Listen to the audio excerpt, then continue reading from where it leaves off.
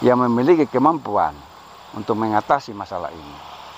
Sehingga beliau diharapkan agar secepatnya dimunculkan oleh Allah Tuhan yang Maha Kuasa, agar manusia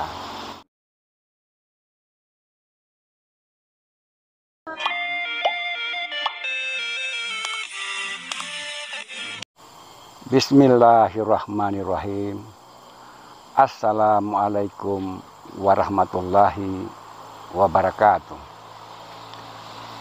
Salam sejahtera bagi seluruh alam.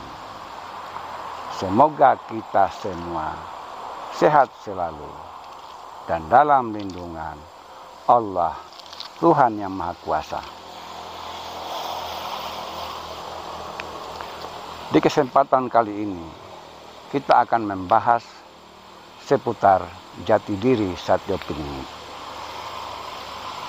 Tentang jati diri Satyo Piningit ini sudah sangat ramai diperbincangkan, dibahas oleh berbagai kalangan, baik para ulama, para ilmuwan, para filsuf, agama, para spiritual, juga para cendekiawan. Kehadiran Satyo Piningit sangat diharapkan, sangat didambakan oleh umat manusia akhir zaman. Serta dengan adanya berbagai fenomena, musibah dan bencana yang masih sering terjadi di berbagai tempat. Sehingga keadaan atau kondisi yang seperti ini seakan-akan mengharapkan yang dapat mengendalikan atau yang sanggup mengatasi keadaan yang sangat mengkhawatirkan ini. Tentang bencana yang terjadi di mana-mana, hal itu tidak terjadi dengan sendirinya atau secara kebetulan tanpa ada penyebabnya. Dengan adanya hukum yang ada di alam semesta ini, yaitu hukum kausalitas atau yang lebih dikenal dengan istilah hukum sebab akibat. Hukum sebab akibat ini merupakan hukum keniscayaan bagi alam semesta dan merupakan fitrah manusia untuk memahaminya bahwa setiap akibat atau peristiwa merupakan hasil dari sebuah sebab.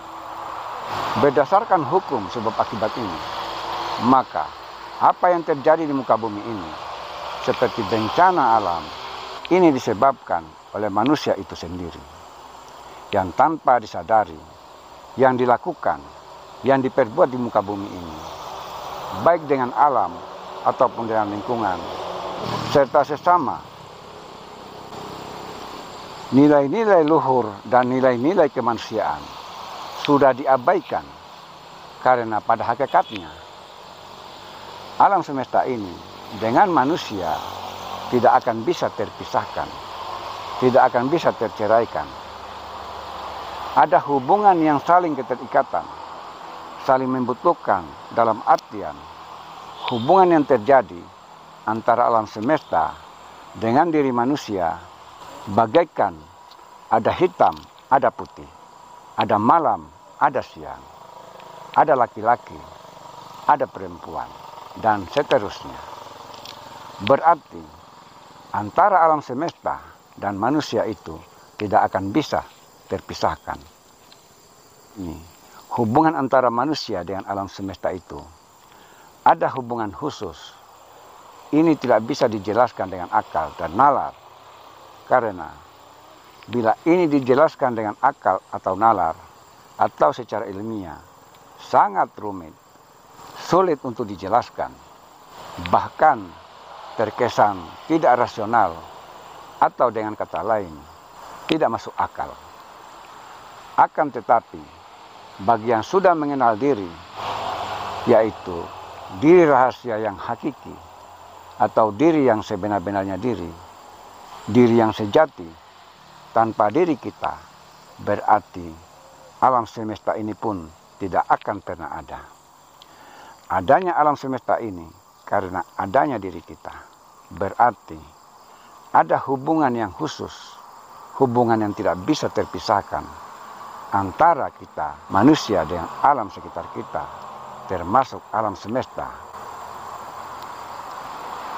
Jadi, apapun yang dilakukan manusia di muka bumi ini atau di dunia ini akan ada akibatnya. Itulah yang dikatakan hukum tabur tuai. Apa yang ditanam, itulah yang dipetik. Karena diri kita ini pada hakikatnya berasal dari alam semesta.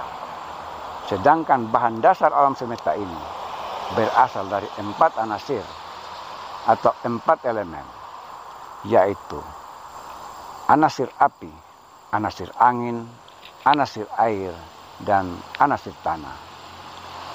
4 anasir atau 4 elemen ini yang ada di luar diri kita, yang kita lihat, yang kita rasa itu sesungguhnya pada hakikatnya ada di dalam diri manusia. Tanpa 4 elemen atau 4 anasir ini, kita tidak jadi apa-apa. Apalagi mau jadi makhluk atau manusia, itu tidak mungkin. Pada hakikatnya kita ini tersusun dari 4 anasir atau 4 elemen. Setelah terbentuknya 4 unsur yang saya katakan tadi, maka lahirlah yang namanya roh. Roh inilah yang menggerakkan badan ini, atau roh inilah yang bisa menggerakkan tubuh jasad atau jasmani kita ini. Semua makhluk yang ada di muka bumi ini yang memiliki nyawa, semuanya digerakkan oleh roh atas kehendak Allah, Tuhan yang Maha Kuasa. Jadi, dengan kondisi yang terjadi saat ini, hanya satu piningitlah sebagai walinya, sebagai kekasihnya, yang memiliki kemampuan untuk mengatasi masalah ini. Sehingga beliau diharapkan agar secepatnya dimunculkan oleh Allah, Tuhan yang Maha Kuasa, agar manusia segera terselamatkan dari kehidupan yang sudah hancur. Kiranya apa yang menjadi pembahasan pada video kali ini, mudah-mudahan kita diberi kesehatan, diberikan keselamatan, dijauhkan dari segala macam mara bahaya, dimudahkan dari segala urusan. Semoga kita selalu berada di jalan yang diridhoinya. Demikian, bila bermanfaat disimpan, dan bila tidak, lupakan. Karena kebenaran yang hakiki itu hanyalah milik Allah, Tuhan yang Maha Kuasa semata. Sekian, wassalamualaikum warahmatullahi wabarakatuh.